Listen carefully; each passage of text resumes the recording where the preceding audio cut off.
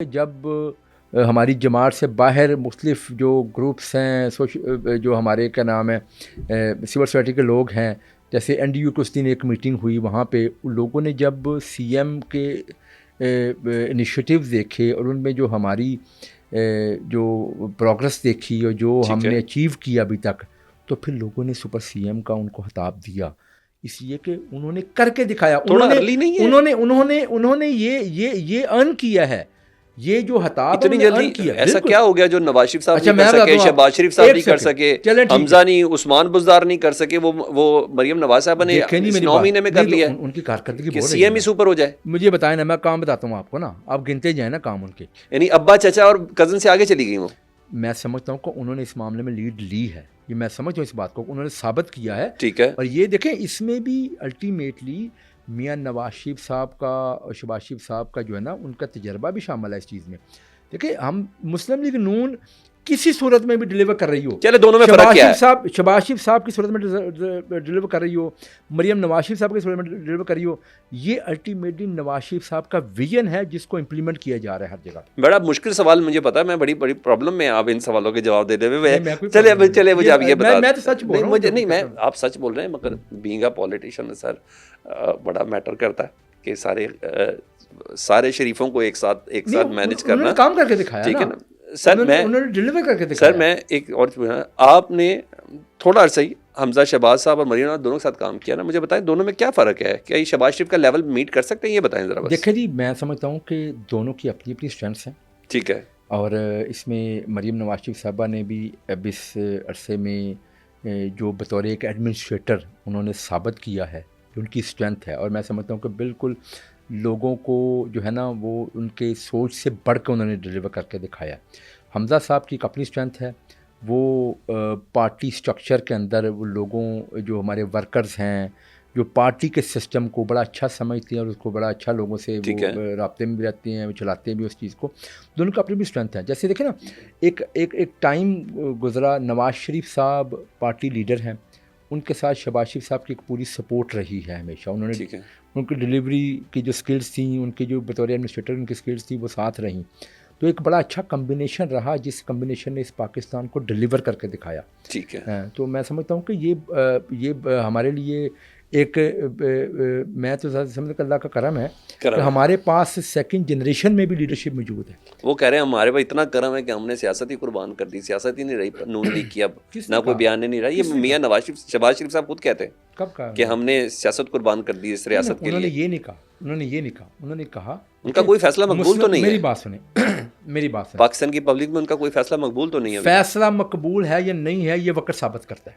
ٹھیک ہے۔ پاکستان بچے، مسلم لیگ نون اس طرح کی جماعت یا ہماری لیڈرشپ اس طرح کی نہیں ہے کہ اپنا فائدہ سوچے، ٹھیک ہے۔ یہاں پہ تو جماعتیں اپنے فائدے کے لیے، اپنے جھوٹے بیانیوں کے لیے پاکستان کو قربان کرنے کو تیار ہو جاتی ہیں، جو تحریک انصاف کر رہی ہے۔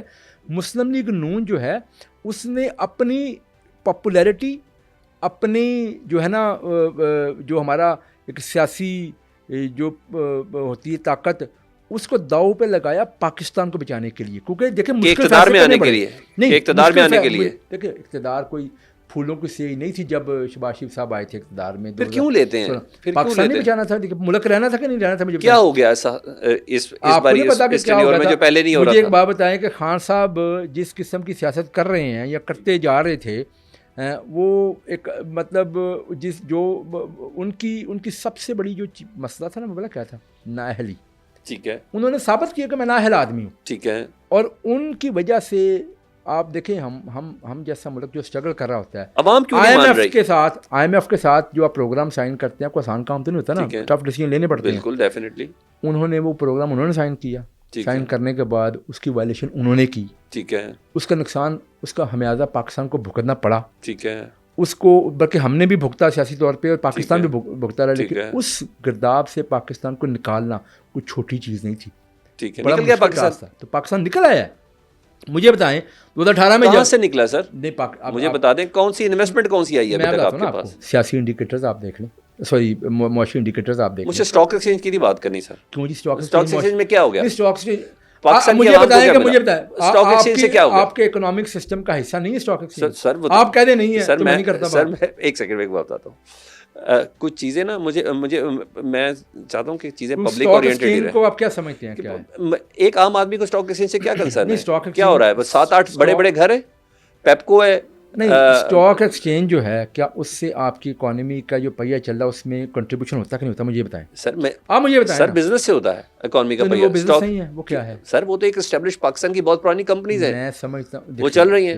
کیا جب ان کا بزنس بڑھے گا تو وہاں پہ لوگ کام نہیں کرتے؟ ان کمپنیز میں لوگ کام نہیں کرتے, وہاں پہ امپلائمنٹ جنریٹ نہیں ہوتی. مجھے بتائیں نا ایک سیکنڈ, یہ جو پاکستان کی خوشحالی سے کوئی تعلق ہے اس کا؟ ہم کچھ انیشیٹو جو ہم نے لے رہے ہیں, یہ ہمارا 17 پنجاب جو سی ایم کا پروگرام ہے, ٹھیک ہے, 1 لاکھ کے قریب یہاں پہ جاب لوگوں کو ملنی ہے, جابس ملنی ہے نا. پھر مجھے بتائیں یہ جو دعوے تو انہوں نے کیے تھے نا 1 کروڑ نوکری دیں گے. بالکل بالکل, نوکری کا دینی تھی, لوگ بے روزگار نوکری تھی, 1 کروڑ نوکری, 50 لاکھ گھر تھے. بات یہ ہے کہ ہم نے ریئلسٹک بات کی. صرف میں اپنے ڈپارٹمنٹ کی بات کر رہا ہوں. صحیح کہہ رہے ہیں کہ یہاں پہ 1 لاکھ کے قریب نوکریاں اگلے 3 ماہ میں لوگوں کو مل جائیں گی. ٹھیک ہے, آپ جا کر مارکیٹ میں خود چیک کیجیے گا. اچھا, مل جائیں گی, کام شروع ہو رہا ہے نا. دوسری بات یہ ہے کہ ایون جو ہمارا اسکولس کا سسٹم ہے جس کو آؤٹ سورس سی ایم کرنے جا رہی ہے, اس میں بھی لوگوں کو نوکریاں ملنے جا رہی ہیں. وہ ایک علیحدہ چیز چل رہی ہے. پھر مجھے بتائیں اپنی چھت اپنا گھر جو پروگرام ہے تھوڑے سے ہی اسٹارٹ کیا ہے. انہوں نے کہا جی میں نے 5 لاکھ گھر اس 5 سالوں میں بنا کے دیں گے, منیمم 5 لاکھ انشاءاللہ بنا کے دیں گے لوگوں کو. یہ ہیں وہ چیزیں جو وہ کر رہی ہیں, لوگوں کے لیے گھر بنا رہے ہیں. انہوں نے تو گھر گرا دی, لوگوں کے برباد کر دیے. ہم نے کام دیکھیں, ہم چیزیں لے کے آ رہے ہیں, ہم کر رہے ہیں. آپ لوگ کی ایڈمنسٹریشن کیوں نہیں نظر آ رہی گراؤنڈ میں؟ میں ویسے آپ لوگ کی گراؤنڈ میں ایک اور مجھے کوئی بتا دیں کہ بھائی 3 چکن کی دکانیں, ایک سیکنڈ سر, میں بنیادی اس پہ رہوں نا تھوڑا پبلک. 3 چکن کی دکانیں ہیں, اس کا ریٹ کچھ اور ہے, اس کا ریٹ کچھ اور ہے, اس کا ریٹ کچھ اور ہے.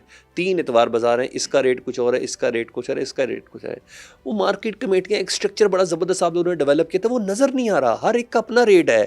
یعنی آپ گھر سے جو بجٹ بنا کے گئے ہیں کہ بھائی مارکیٹ میں مجھے یہ چیز ملے گی, وہ وہاں اس کو اتنی نہیں مل رہی. دیکھیں میری بات سنیں, یہ کنٹرول کیوں نہیں ہے؟ گورنمنٹ نظر آ رہی ہے. میں بتاتا ہوں آپ کو, ایک سیکنڈ مجھے بتائیں ایک چیز کا, کیا آج سے پہلے جب کبھی بھی کم ہوتے تھے پیٹرول کے ریٹس, کم ہوتے تھے فیول کے ریٹس, کم ہوتے تھے, کرائے میں فرق نہیں پڑتا تھا؟ یہ پہلی دفعہ پنجاب میں ہوا ہے کہ لوگوں کو جن سے اوور چارجنگ کی گئی کرائے واپس کرائے گئے. جی بالکل, اور لوگوں کو جرمانے کی گئے. گورنمنٹ, پنجاب کی گورنمنٹ نظر آ رہی ہے. آپ یہی چیز باقی صوبوں میں جا کے دیکھ لیں, باقی صوبوں میں تو کوئی چیز اس طرح نظر ہی نہیں آ رہی. شان صاحب میرا معاملہ کرائے کا نہیں ہے نا, میرا معاملہ میں نے آپ کو ایک مثال دی, قیمت کم ہونے سے میں نے آپ کو ایک مثال دی, کیا سبزیوں کی قیمت کم ہوئی, کیا پھلوں کی قیمت کم ہوئی.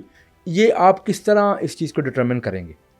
اس کے لیے انفلیشن ریٹ ہوتا ہے نا. جی سر, کہ آپ انفلیشن ریٹ جب سے پچھلے 8 ماہ میں کم ہوا ہے یا زیادہ ہوا ہے, مجھے بتا دیں. انفلیشن ریٹ میں سادے الفاظ میں پبلک بھی سن لیں, انفلیشن ریٹ کہتے ہیں مہنگائی بڑھنے کا تناسب. ہاں وہ کم ہوا, مہنگائی نہیں کم ہوئی, پلیز اس کو کلیئر کر دیں. مہنگائی بڑھنے کا تناسب کم ہوا ہے بھائی, اور کتنی جان لینی ہے, کتنی مہنگائی کرنی ہے. میں بتاتا ہوں آپ کو, جب ہم آئے تھے, یہ جو ایک ڈیسیژن آپ کو اور بتا دیتا ہوں, بڑی اس پہ تنقید کی گئی. چیف منسٹر پنجاب نے ایک ڈیسیژن لیا تھا جو ہمارا ویٹ کی پروکیورمنٹ کے حوالے سے. ٹھیک ہے, تو پنجاب پہلی دفعہ ویٹ پروکیورمنٹ سے باہر نکل آیا. ٹھیک ہے, اور اس کی وجہ سے جو آٹا مارکیٹ میں 4-4 ہزار میں بکنا تھا, وہ گندم بکنی تھی, وہ 2500 پہ آ گئی. ٹھیک ہے, کیا مجھے بتائیں, پانی کے بعد آج